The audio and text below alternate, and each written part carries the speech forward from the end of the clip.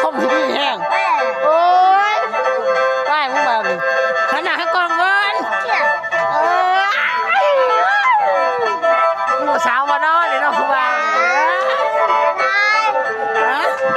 สิลงยูทูบกันว่า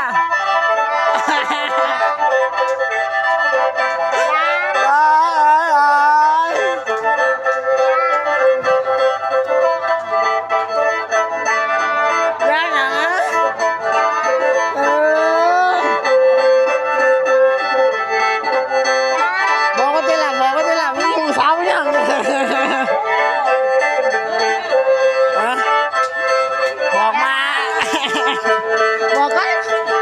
ผมชาวไหนนั่งเบิ่งนี่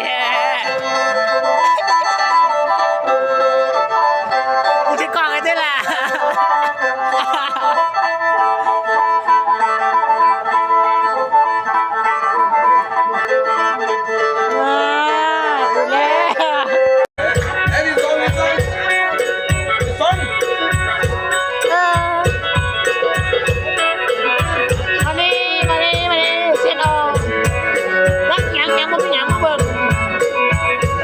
เคยเห็นกันเปล่าเห็นกันพี่น้อง